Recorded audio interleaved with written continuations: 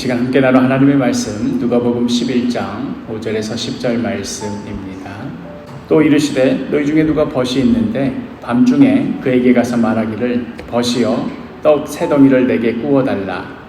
네 벗이 여행 중에 내게 왔으나 내가 먹을 것이 없노라 하매 그가 안에서 대답하여 이르되 나를 괴롭게 하지 말라.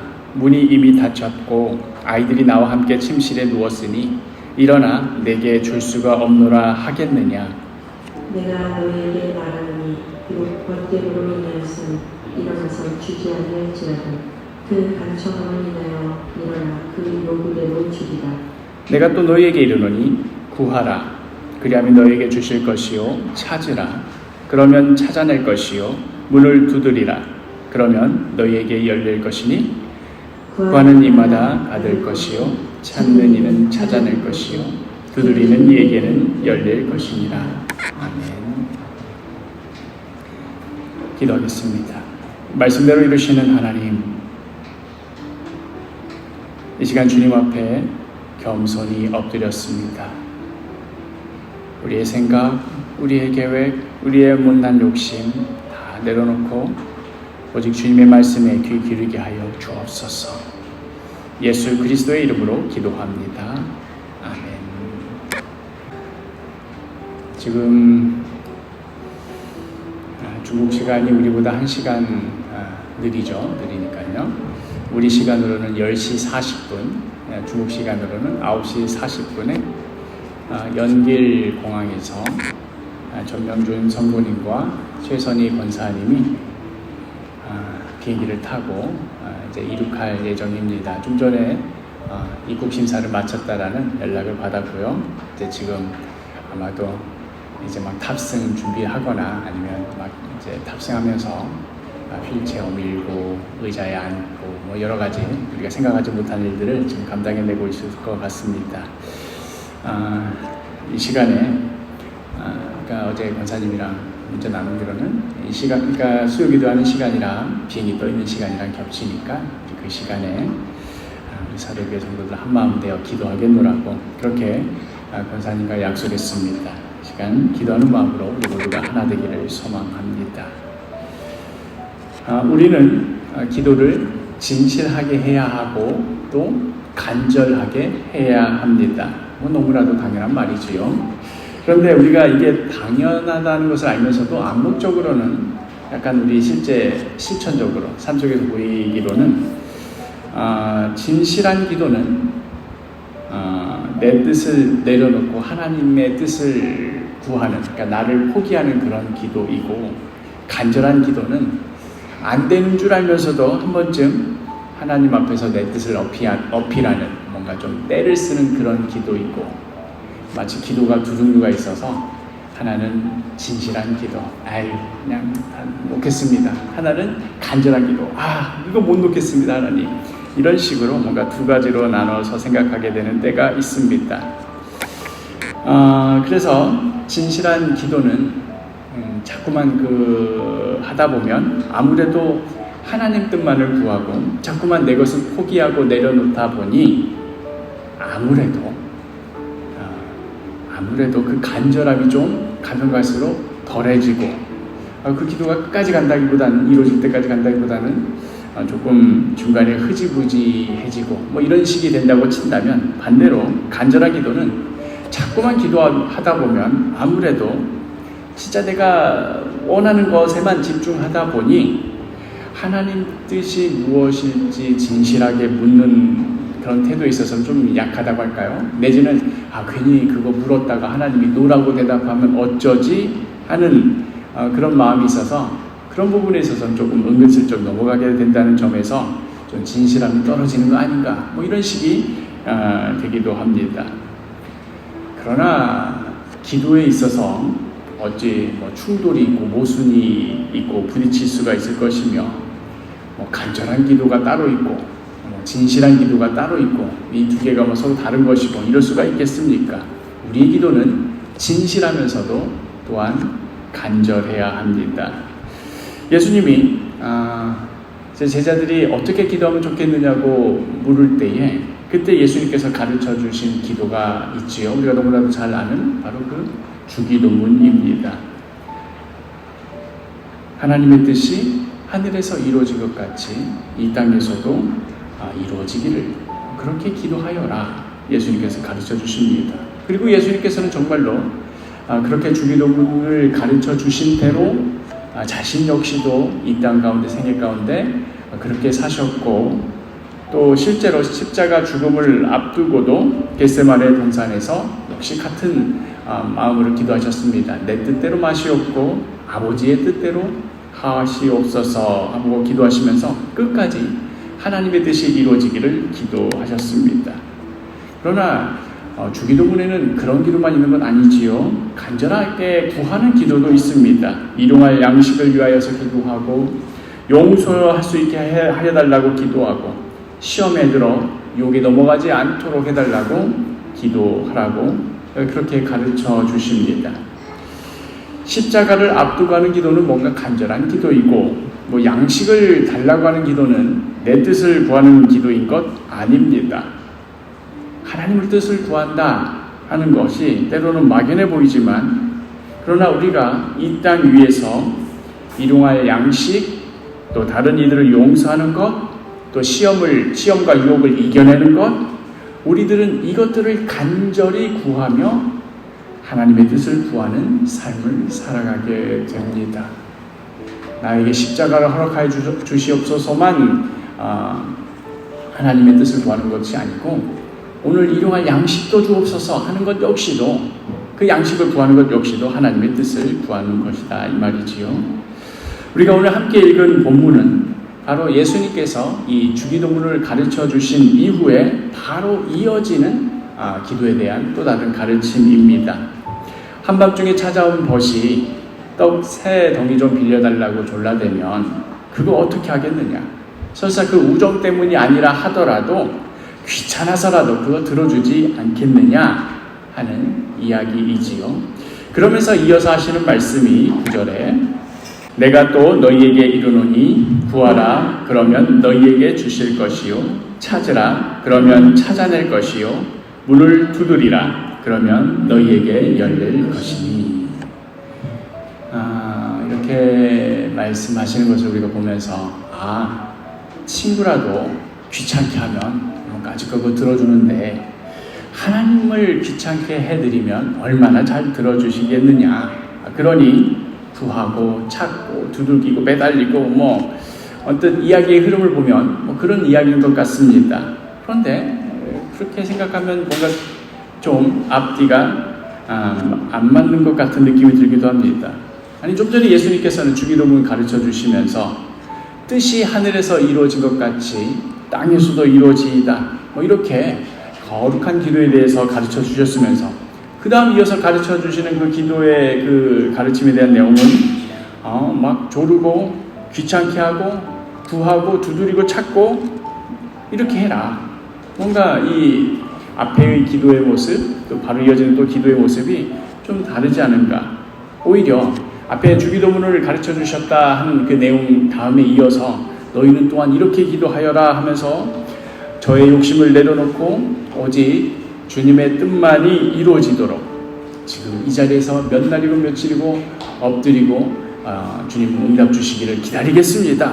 이렇게 가르치셨어야 앞에 주기도문 내용과 좀 어울릴 텐데 하는 그런 생각이 들기도 하지요.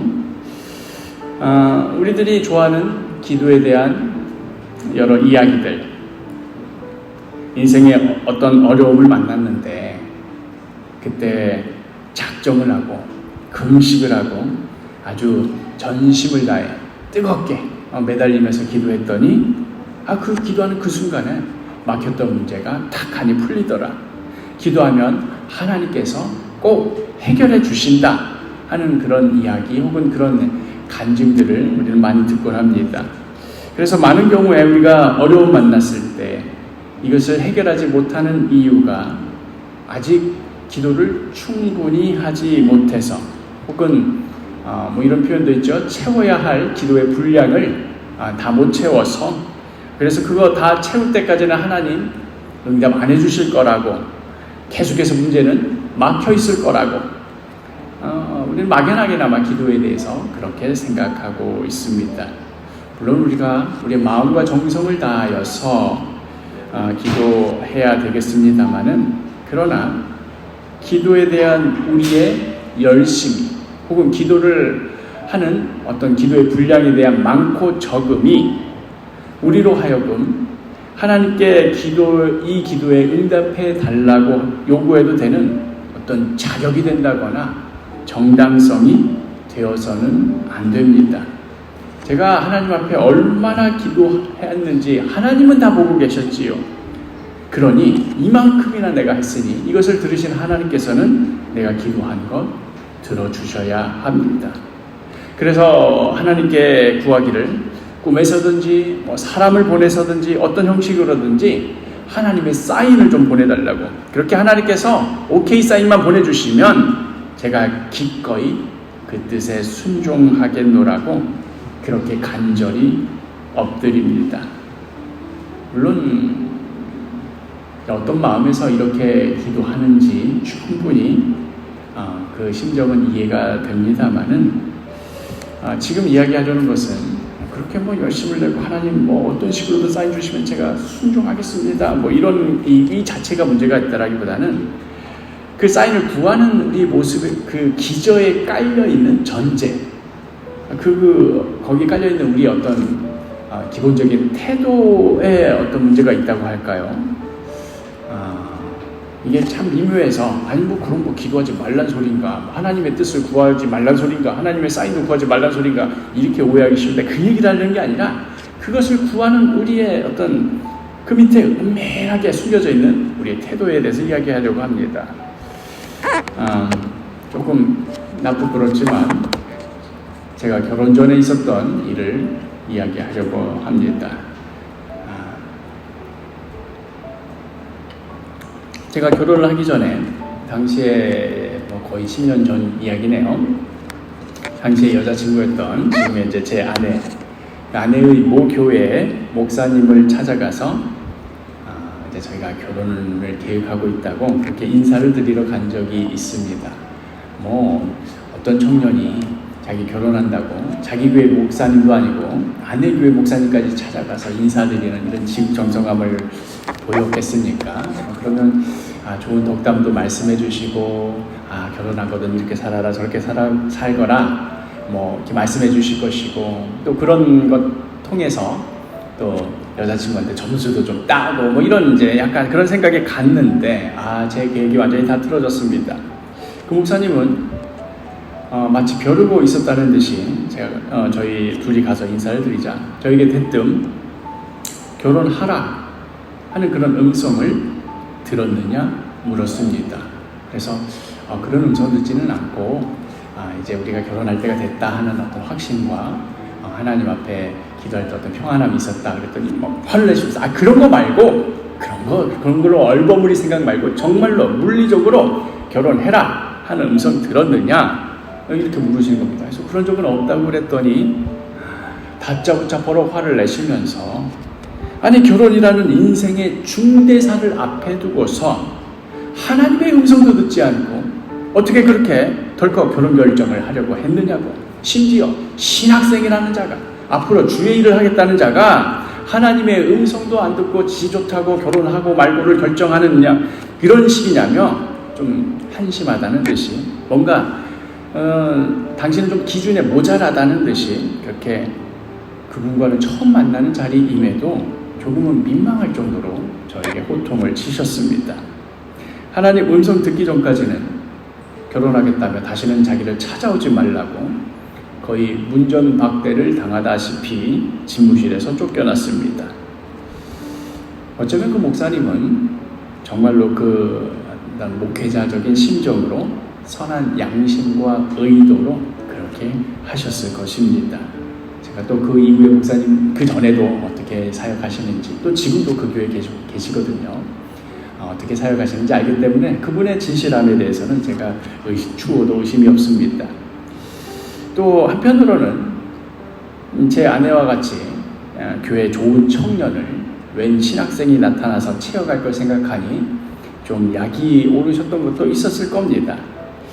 그러나 저는 비록 그 자리에서 문전박대를 당하고 또 어떤 의미에서는 좀 심하다 싶을 정도로 무시를 당했다 하더라도 그걸로 인해서 그게 저희 어떤 자존감에 상처를 입는다거나 결혼 준비하는 데 있어서 아니 좋은 덕담을 들어도 모자랄 판에 이런 불길한 이야기를 듣는가 뭔가 좀 이상한 거 아닌가 하는 우리 뭐라고 하죠?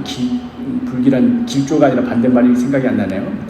불길한 징조 아닌가 뭐 이런 식으로 받아들여지는 것 일절 없었습니다. 그러면서 한편으로는 저렇게 반응하시는 그 목사님의 입장이 충분히 이해가 되었습니다. 그러면서도 동시에 주님의 음성을 듣기 전에는 결혼을 생각하지 말라 하는 그 조언에 제 마음이 흔들린다거나 무슨 불길한 조짐이 느껴졌다거나 조바심이 난다거나 하는 식의 초조함도 없었습니다.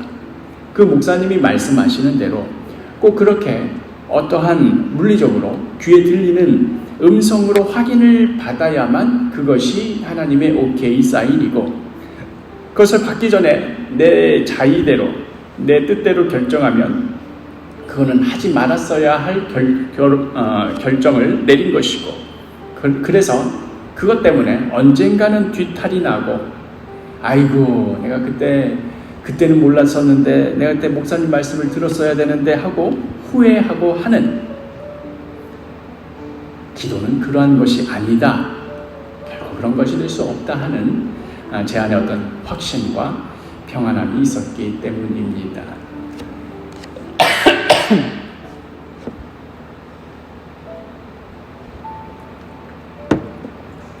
예를 들어서 결혼하고 안 하고를 하나님의 음성 듣고 안 듣고로 결정한다고 해봅시다. 물론 그것으로 어떤 조건을 걸어서 하나님께 간절히 기도하는 것은 참으로 귀한 일입니다만은 그 초점이 들렸느냐 안 들렸느냐 여기에 맞춰졌다고 해봅시다. 그렇게 열심히 기도하고 또 하고 했더니 정말로 자꾸 듣고 싶은 말 듣게 해달라고 이렇게 기도하다 보면 뭐라도 들리기 마련이지 않겠습니까? 근데 어떤 음성이 정말로 들린 겁니다. 걔랑 결혼해라. 야 드디어 내가 이거 누가 옆에서 한 말 아니지? 하나님 주신 거 맞지? 하면서 야 정말로 하나님이 이렇게 귀에다가 말씀해 주시는구나 하고는 오케이 사인 떨어졌다고 그냥 뛸 듯한 발걸음으로 그 목사님 찾아가서 아우 정말 목사님 말씀대로 기도했더니 걔랑 결혼하라고 말씀 주셨다고 목사님도 막 그렇지 않냐고 음성 들었지 않냐고 자 그럼 오케이 사인 할 테니 뭐 이렇게 하라 뭐 이런 식이 됐다고 쳐봅시다. 그런데 그렇게 해서 결혼까지 해서 결혼 생활 하는데 어느 날 부부싸움 대판하고 아무래도 이 결혼은 잘못한 것 같다는 생각이 들기 시작하고 그러면서 이거 이제 계속 결혼해야 이제 뭐 이 생활을 계속 해야 되나 말아야 되나 하면서 드는 생각이 있다면 뭐겠습니까? 그렇다면 그때 결혼 전에 들었던 걔랑 결혼해라 이건 무슨 의미입니까? 내가 헛것 들었나 하는 생각이 들지 않겠습니까? 그러면서 아니야 헛것 들은 거 아니야 틀림없이 하나님이 걔랑 결혼하라고 그러셨어. 그러면서 묻고 묻다 보니 이제 이 초점이 계속 미묘하게 틀어지는 거죠. 아 맞다 하나님이 걔랑 결혼하라고 했는데 그 아이가 그게인지 이게인지 저게인지 그거는 안 물어봤구나. 내가 그때 한 번 더 열심히 기도해가지고 걔랑 결혼하라고 하셨는데 그 걔가 그 김씨입니까 박씨입니까 이씨입니까 그거 확인했어야 되는데 그거 안에서 그거 확인 안 받고 결혼해서 내 결혼 생활이 이렇게 불행한 것이구나 이런 식이 될 수도 있지 않을까요? 약간 제가 좀 비꼬은 면이 없잖아 있습니다만은 이 얘기를 하려고 그런 겁니다. 하늘에서 오케이 사인이 떨어지면 제가 순종하겠습니다 하는 그 기도의 모습 진짜 대단해 보이잖아요. 그렇죠? 하늘에서 오케이 사인이 떨어지면 그게 무엇이든지 간에 제가 순종하겠습니다 하는 이러한 기도 모습 속에 감추어진 또 다른 우리의 어그러진 모습이 무엇일까? 음성을 들었느냐 말았느냐 여기에 기준점을 삼으려고 하는 우리 마음의 어떤 또 다른 동기가 무엇일까? 그 사인 들었을 때 하나님께 받은 어떤 보증서가 있는 거죠. 지금 이렇게 하라고 한 거 A인지 B인지 내가 구했는데 A다 말씀 들었기 때문에 내가 A를 한다 하는 거 이거는 하나님이 시킨 것입니다. 하나님이 A다라고 오케이 사인하셔서 내가 A를 하는 거지, 내가 결정하고 내가 자의적으로 A 하는 것 아닙니다 라는 그런 전제가 깔려 있습니다. 다른 말로 하자면 이 A라고 한 거, 이거 선택한 거, 이거는 내 책임 아닙니다 하고 하나님께 책임을 전가하는 것입니다. 이게 미묘하죠? 아니요, 하나님이 A라고 해서 순종하는 거랑 하나님이 A라고 결정했기 때문에 나 책임 없고 하나님께 책임 전가하는 거랑 이게 아다르고 오다르다고 미묘하게 뭔가 뭐가 문제라는 거지 하는 건데, 바로 이 지점입니다. 우리 인간은 언제나 이거를 해야 될지 저걸 해야 될지, A인지 B인지 불확실한 가운데 내몰리는 것을 두려워합니다. 정말 그러니까 A든 B든 뭐 하나 결정하는 게 차라리 마음 편하지, A일 수도 있고 B일 수도 있고 뭐가 뭔지 모르겠는 그 불확실함이 더 괴롭습니다. 그래서 그러다가 A구나 하고 일종의 어떤 하나님의 사인이구나 하고 받아들이는 순간 내가 무엇을 선택하고 결정하고 책임을 지고 하는 그러한 압박감을 내려놓고, 나는 이제 사인 들었으니 A대로만 하면 만사쭉 오케이야 하는 이런 식의 확신으로 내 삶 가운데 가득 차 있는 그 불확실성을 몰아내려가는 겁니다. A지 B지 몰라서 막 안절부절해가지고 어떻게 하면 좋지? 하나님 너무나 괴롭습니다. 빨리 말씀해 주십시오. 그 불안함을 못 이겨내고 어떻게 할지 모르다가 A다 사인 내릴 순간 그 불확실함이 다 사라지면서 확실하게 A로구나 하면서 자기 인생 가운데, 자기 삶 가운데 그 불확실함을 몰아내는 것으로 일종의 해방감을 얻는 것이지요. 그러니까 하나님의 음성을 구하는 것이 잘못됐다는 말이 아니라 하나님의 음성을 듣고 말고 하는 것으로 내 삶 가운데 어떤 불확실성을, 어떠한 두려움을 몰아내는데 초점이 맞춰져 있는 것, 여기에 문제가 있다는 겁니다. 사실 기도는 정반대입니다. 하나님께 간절히 그 뜻을 구해서 그 불확실한 상황을 뭘 하나를 결정함으로 해서 확실한 상황으로 결정 내리는 것이 기도가 아니라, 여전히 불확실한 상황이지만 하나님을 향한 확신 때문에 과감히 그 불확실성 속으로 뛰어드는 것. 기도 응답받아서 불확실한 것이 확실하게 정리되는 것이 기도가 아니라, 내 안에 있는 확신은 이 A냐 B냐가 결정된 이 확신이 아니라 하나님을 향한 확신입니다. 하나님을 신뢰하기에 A일지 B일지 모르는 그 불확실함 속으로 내 삶 가운데 그 불확실함 가운데 뛰어드는 것. 아브라함이 하나님 앞에 간절히 기도하고 또 기도해서 어디로 가야 할지, 어디에서 멈춰야 될지, 앞으로 무슨 일이 벌어질지에 대한 어떤 사인을 미리 다 받고 그 지도를 다 얻어낸 다음, 이렇게 가라는 뜻이구나, 하나님이 나를 부르셨구나, 이렇게 하나님의 음성을 들려주시구나 하고 나서 그 길을 떠난 것입니까? 아니면 무슨 일이 전혀 벌어질지 전혀 알지 못한 채 어떻게 되는 건지, 어디로 가야 되는 건지, 어디서 멈춰야 되는 건지 확실한 것이 하나도 없이 그 불확실한 가운데 떠났습니다. 하나님께서 아브라함을 부르셔가지고 그 하늘의 음성을 들려주셨기 때문에 아브라함의 인생이 확실해진 것이 아니라, 사실은 하나님 음성 듣기 전이 더 확실했습니다. 나는 내 아비 친척 집에 있으면 앞으로 나 인생이 이렇게 되겠구나 하고 확실한 플랜이 보였습니다. 그런데 하나님의 음성을 듣고 나자 오히려 그 불확실함이 사라진 것이 아니라 더욱 알 수 없는 불확실함 속으로 자신의 삶이 내던져지게 되었던 것입니다. 내가 하나님 음성, 걔랑 결혼해라, 이 음성 듣고 결혼한 거니까 이제 이 결혼은 하나님이 책임지셔야 됩니다. 저는 분명히 하나님 음성 구했고 그 음성에 순종했습니다. 이것이 기도가 아니라, 나 자신이 하나님 앞에서 이 여인과 결혼하겠다고 결단했으면, 그렇게 기도하며 결단했으면 이제 그 책임감을 가지고 결혼 생활에 여러 위기와 어려움과 생각 못할 불확실함이 닥쳐온다 하더라도 그때마다 하나님의 도우심을 간절히 구하며 그 결혼 생활을 지켜내며 살아가는 것, 여기까지가 기도입니다. 처음에 기도하고 응답받는 과정에서 하나님께서 사인도 주셨고 음성도 들려주셨으니 이제 하나님과 나 사이에 이 여자다 혹은 A다 이런 계약이 하나님께서 사인 주셔서 이런 계약 맺게 되었으니 앞으로 이제 이 A로 선택된 이 모든 여정 하나님이 알아서 책임져 주십시오 하는 식으로 마치 A를 결정함으로 인해서 나의 운명이 나의 인생이 정해져 버린 그 끝이 고정되어 버린 하나님과 나 사이에 오고 가는 어떤 거래의 형태가 확정돼 버린 그런 기도, 그것이 기도가 아니라 설사 우리가 A를 선택했는데도 불구하고 계속 딴짓도 하고 변덕도 부리고 우리가 중간에 실수하고 넘어지고 실패한다 하더라도 바로 그 자리 위에서도 하나님께서 하신 말씀은 언제나 능력이 있어서 하나님의 약속은 언제나 신실해서 그 실패와 그 좌절과 실컷 A 하겠다고 응답도 듣고 A 선택했으면서도 우리 사람이 참 웃긴 게 뭐예요? 꼭 중간에 가다가 B로 틀어버려요. 왜 그랬는지 몰라. 자기도 막 내가 그때 미쳤나봐, 뭐가 쉬었나봐 이러면서 변덕을 부립니다.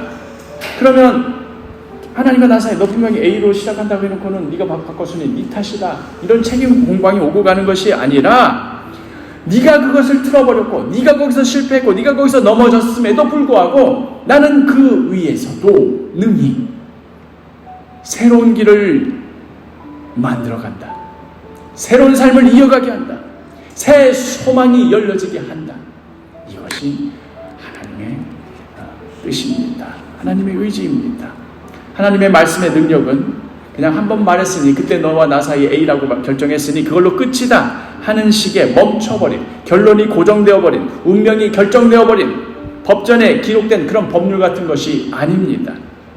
지금 이 순간에도 우리의 인생을 붙드시고 계셔서 그 어떤 상황과 처지에서도 우리를 생명의 길로, 새 창조의 길로 이끌어 가시고 빚어 가시고 만들어 가시는 그것이 바로 하나님의 말씀의 능력입니다. 그러니 우리가 함께 나눈 이 말씀, 구하라, 찾으라, 두드리라 하는 이 말씀은 그냥 친구한테 떼써갖고 빵 얻어내듯이 하나님께 떼써가지고 네가 원하는 것 얻어낼 수 있다 이런 기도에 대한 가르침을 넘어서서 나의 모든 발걸음 가운데 함께 하시는 하나님을 굳게 신뢰하며 나에게 어떤 상황이 벌어지든지 나의 길이 어떻게 꺾이고 예상치도 못했던 어떠한 불행이 불어닥치든지 담대히 그 불확실함 속으로 걸어 들어가라 하는 말씀입니다.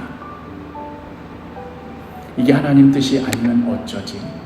이러다가 내가 잘못된 결정해가지고 A인지 B인지 지금 여기서 결정하는 것 때문에 내 인생이 완전히 다 바뀔 건데 이거 뽑기 잘못하면 어떡하지?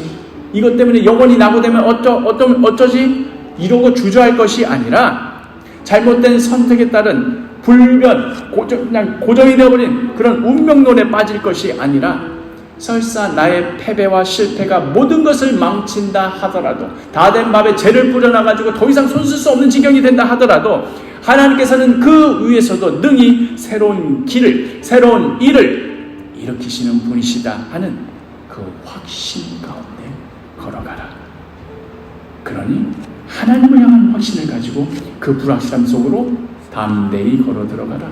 그 속에서 어떠한 상황 가운데서도 끝까지 하나님을 향한 소망을 잃지 말라 하는 말씀입니다. 또 이렇게 말하면 또 삐딱하게 반대로 받아들이기도 하죠. 중대한 결정 앞에서 그럼 하나님 음성도 구하지 말고 듣지도 말고 그냥 하고 싶은 대로 하면 거기에서도 또 하나님이 또 역사하시니까 그런 뜻이구나. 이런 말씀 아닙니다. 예수님께서 주기도문 가르쳐 주시면서 어떻게 이 땅에서도 하나님의 뜻이 이루어지도록 기도해야 할지 우리에게 가르쳐 주시지 않았습니까? 이러한 음식 위해서 기도하라. 도저히 용서할 수 없는 그 사람을 용서하는 것을 위하여서 기도해라. 누군가 용서하는 것 기도하지 않고 용서할 수 있는 게 없습니다. 하나님의 도우심 아니면 그 사람 용서할 수가 없습니다. 유혹에 빠져서 시험 들지 않는 것을 위하여서 내 의지로 유혹에 어떻게 안 넘어갑니까? 기도해야 합니다. 우리는 예수님께서 가르쳐 주신 대로 기도해야 되고 또 그것을 구하는 것이 곧 하나님의 뜻을 구하는 것입니다. 그리고 이제 그 기도한 대로 우리 인생 가운데 주어진 여러 중대한 선택의 기로 앞에서 책임감을 가지고 결정을 내려야 합니다. 신앙인으로서 소명의식을 가지고 하나님 앞에서 결정한 것에 대한 책임의식을 가지고 그 일을 감당해내야 합니다. 그 일을 감당하는 데 있어서 처음엔 그럴 줄 알고 애입했겠지요. 그런데 뭐 막상 가다 보니 자꾸만 상황이 변하고 처음에 의도와 달라지고 예상치 못했던 일들이 벌어지고 처음에 시작할 때는 아이고 형님 아우 이렇게 좋게 시작했다가 일이 틀어지니까 중간에 사람이 그렇게 바뀌는데 야, 이 사람 때문에 망하는구나 이렇게 예상치 못한 일이 벌어지고 할 때마다 그때 하나님이 A가라고 했는데 이게 뭡니까? 하고 하나님께 그 책임을 전가하고 하나님께 원망할 것이 아니라 이제 주님과 함께하는 그 불확실한 삶 속에서 주님의 뜻이 이루어지게 해달라고 간절히 구하라는 말입니다. 이것이 바로 기도입니다. 이것이 바로 예수를 믿는다 하는 삶의 방식입니다. 갈렙이 여호수아에게 이 산지를 내게 주소서 하고 구하였을 때 하나님 주실 때까지 내가 막 그냥 친구도 빵 달라고 하면 준다고 하는데 내가 저 산지 줄 때까지 내가 매달리겠습니다. 그런 식으로 간 건 아닙니다. 가나안 땅을 정복하던 중에 마침 저 땅 좋은데 하고 눈에 좋은 땅이 생겨서 그래서 저 산지를 얻어보고자 그렇게 구한 건 아닙니다. 갈렙의 인생을 한번 되돌아봅시다. 갈렙은 태어나보니 어디서 태어났습니까? 애굽 땅에서 태어났습니다. 태어나보니 뭐 할아버지도 노예고 아버지도 노예고 자기도 노예로 살다가 여기서 이 땅에서 맞아 죽어도 아무도 신경 안 쓸 그런 운명이었습니다. 그랬는데 그러했던 자가 노예였던 자가 하나님의 은혜를 경험했습니다. 10가지 재앙도 보고 홍해가 갈라지는 것도 보고 그렇게 노예에서 자유인으로 이제 하나님의 백성으로 살아갈 수 있게 되었습니다. 그리고 시내산에서 하나님께서 그 말씀을 주셨을 때 비로소 깨닫게 됐습니다. 이게 바로 하나님께서 그 호렙산에서 선포하신 그 말씀, 이게 바로 하나님 백성이 살아가는 삶의 모습이구나. 이게 바로 내가 이 땅 가운데 태어난 이유와 목적이구나. 이제 나는 어쩌다 운이 좋아서 그냥 뭐 바로도 무찌르고 이렇게 해서 지금 이 광야에 있는 것이 아니라 나에게는 가야 할 길이 있고 방향이 있고 그 목적이 있는 그런 사람이구나. 나는 적과 꿀이 흐르는 그 땅에 가야 될 사람이구나. 그런 꿈이 생겼습니다. 노예였던 자가 내가 어디를 갈까, 뭘 하면 좋을까, 뭘 이루면 좋을까 아무것도 없던 노예였던 자가 이제 나는 가야 할 땅이 있는 사람이다 하는 목적을 가진 사람이 되었습니다. 그런데 그 꿈은 참 멋지고 아름답지만 번번이 그 꿈이 좌절됐습니다. 12지파 정탐꾼으로 선정되어서 그 꿈과 같은 땅을 자신의 두 눈으로 보면서 이제 조금만 가면 저 땅에 들어갈 수 있겠구나 싶었지만 수많은 백성들이 우리는 그 땅 못 들어간다. 이제 우린 다 죽었다. 다 망했다. 울고불고 난리 폈습니다. 갈렙과 여호수아가 아니다. 저들은 우리의 밥이다. 하나님이 우리와 함께 계시니 저들은 우리의 밥이다 해도 들려오는 소리는 무슨 소리냐. 우리가 그들의 눈에 메뚜기같이 보인다. 이런 말만 되돌았습니다. 그리고 이게 갈렙의 선택이 아니었음에도 불구하고 40년이라는 광야 생활을 동족들과 함께 감당해냈어야 했습니다. 옳은 선택을 했지만 그에 대한 돌아온 보답은 40년 동안 자기 동고동락했던 친구들이 다 죽어가는 그 모습만 봤습니다. 그러면 갈렙은 그 긴 40년의 광야 시간 동안에 무엇을 바라본 겁니까? 설사 내가 지금 나는 그 선택하지 않았음에도 불구하고 나는 지금 40년 동안 이 광야 생활을 하면서 뺑뺑이 돌고 있지만 틀림없이 나에게는 하나님의 백성으로서 가야 할 땅이 있다. 이스라엘 백성의 실패와 좌절에도 그 자리에서 하나님께서는 틀림없이 우리가 잘못 선택했고 우리가 하나님께 원망했고 다시 애굽으로 가겠다 난리 부렸어도 하나님께서는 틀림없이 그 위에서도 역사하신다 하는 그 소망을 가졌습니다. 그리고 이윽고 광야 40년이 지나고 여리고성을 무너뜨리고 멋지게 가나안 정복 시작했습니다. 그래서 여리고 정복의 그 승리의 기쁨에 야, 이제 우리가 할 수 있겠구나 하고 과신한 나머지 별거 아니라는 그 아이성에서는 그냥 하나님께 기도 안 하고 갔다가 호되게 당하고는 아주 그냥 사면초가에 빠지고 말았습니다. 그냥 전쟁 한번 진 거 정도가 아니라 아이성에서 졌다는 것은 그동안 벌벌 떨고 있던 가나안 족속들이 쟤네들 어떻게 하지 하다가 아이성한테 지는 걸 보고는 야, 쟤네들 별거 아니구나 하고는 연합군을 만들어서 다 몰려들어서 일시에 몰살당할 그런 위기 가운데 지금 내몰렸다는 말입니다. 야, 40년 광야 생활 버티고 그 말도 안 되는 여리고성까지 이겼는데 결국 여기 아이성 앞에서 우리가 죽는구나, 우리가 여기서 무너지게 생겼구나 하는 절망감이 몰아닥쳤습니다. 말 그대로 다 된 밥에 재뿌렸습니다. 어쩌면 광야에서 죽은 친구들이 더 나았을지도 모르겠다. 그냥 이런 꼴 안 보고 죽었으니 이제 어쩌면 좋겠단 말인가. 왜 그 아이성 공격하기 전에 하나님 음성으로 확인 안 받고 갈지 말지 모든 불확실성을 확실하게 정리 안 하고 왜 안 갔느냐? 하나님이 그런 걸로 혼을 내십니까? 아닙니다. 이렇게 엎드려져서 좌절하고 있는 그 여호수아에게 뭐라고 말씀하십니까? 여호수아 7장 10절 시작. 여호와께서 여호수아에게 이르시되 일어나라, 어찌하여 이렇게 엎드렸느냐. 오히려 그 자리에서 일어나라고 말씀하십니다. 우리는 연약하게 넘어질 수 있습니다. 실패할 수도 있고 조금 성공했다고 건방 떨 수도 있습니다. 그러나 그러한 것들이 결코 하나님의 역사를 가로막지는 못합니다. 하나님께서는 우리의 넘어진 그 자리에서도 새로운 길을 열어주십니다. 뭘 잘못했는지, 뭐가 문제였는지, 그때는 이게 맞는 길이라고 여겼던 것이 사실 내가 뭐에 그렇게 뒤집어 씌워가지고 잘못 보고 스스로 속았던 것인지 우리의 실패와 좌절을 통해서 배우게 하시고 깨닫게 하시고 자라나게 하시고 성장하게 하십니다.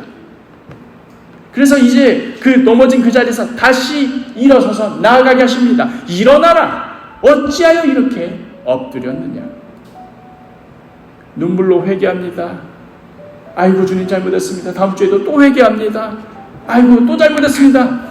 그냥 그렇게 잘못했다라고 비는 것이 방점이 아니라 그렇게 회개하고 돌이킨 이후에 그래서 무엇을 하려고, 어디로 돌이켜서 가려고 하려고, 그 다음 나아갈 그 소명, 나아갈 그 자리, 그 덕과 꿀이는 그 땅, 나를 부르신 그 이유, 목적, 바로 여기에 방점이 찍혀 있는 겁니다. 그러니 오늘의 이 말씀 누가복음 11장 10절 다시 한번 읽겠습니다. 시작. 구하는 이마다 받을 것이요 찾는 이는 찾아낼 것이요 두드리는 이에게는 열릴 것이니라.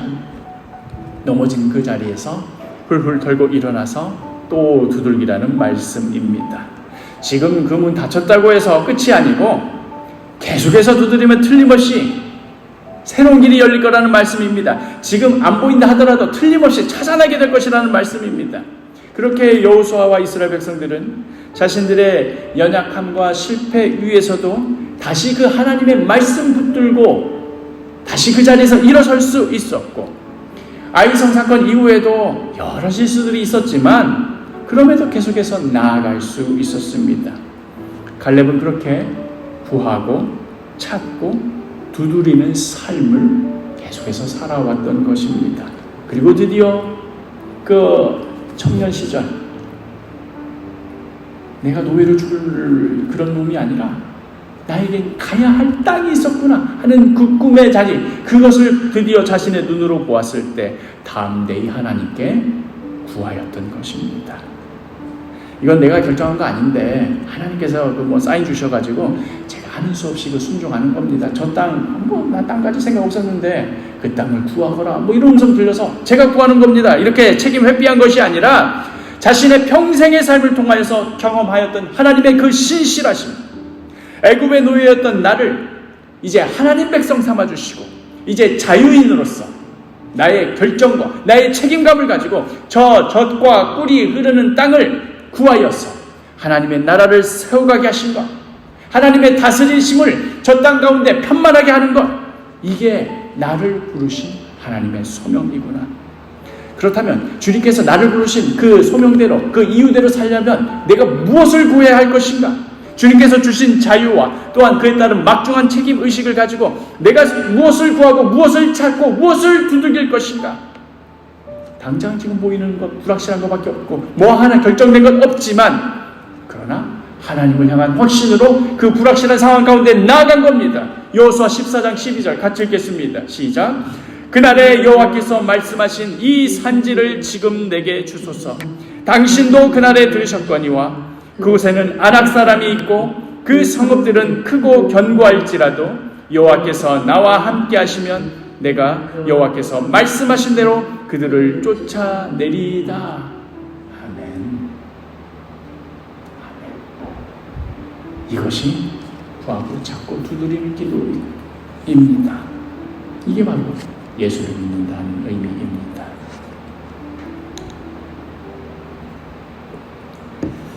지난번에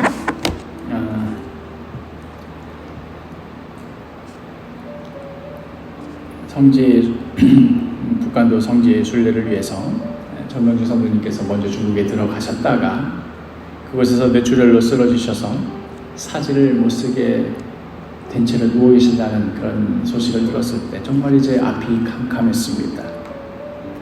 아까 우리 설교 시작 전에 진실한 기도, 간절한 기도 조금 억지스럽게 이렇게 나눴는데 정말 이제 좀 억지 부리고 싶었습니다.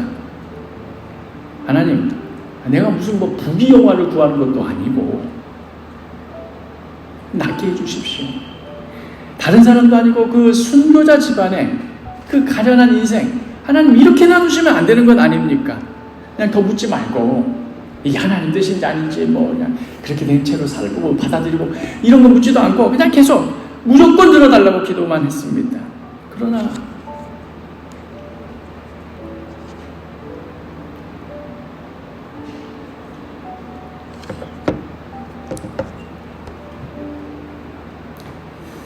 기도가 거듭되면 될수록 아까도 말씀드렸듯이 간절한 기도와 진실한 기도가 서로 충돌을 일으키고 이때는 하나님 뜻하고 이때는 내 뜻이고 뭐 이런 식일 수 없는 겁니다.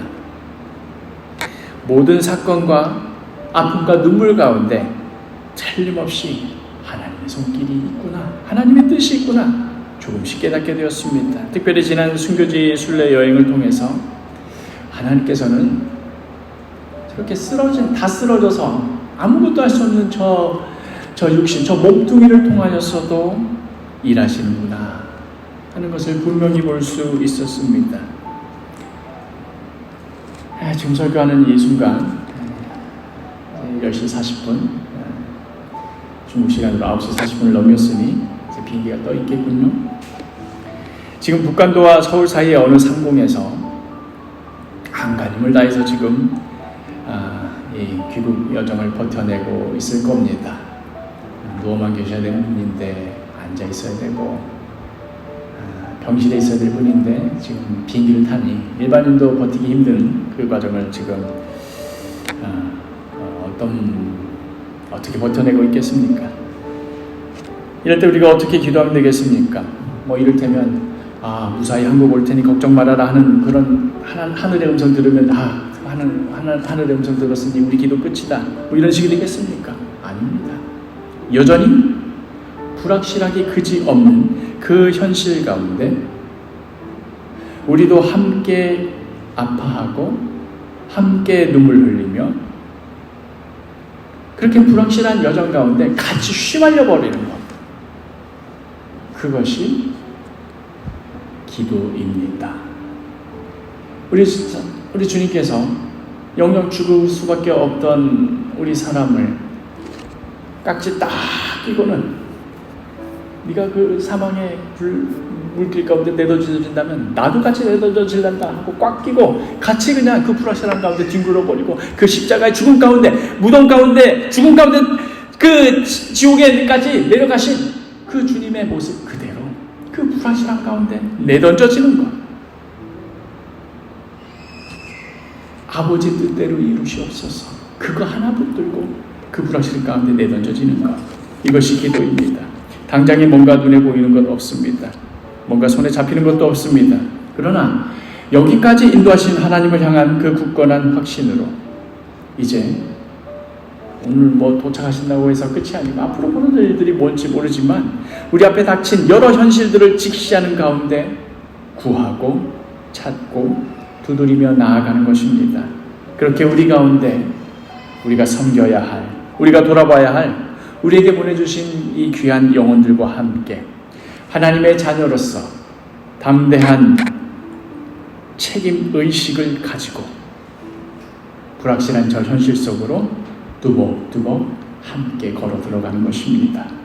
지금도 우리의 삶을 붙드시며 지금도 우리에게 말씀하여 주시는 하나님께서 구하는 이마다 받게 하실 것이고 찾는 이마다 찾게 하실 것이고 두드리는 이에게 열어주실 것입니다. 함께 말씀 기억하며 찬양하겠습니다. 주님이 주신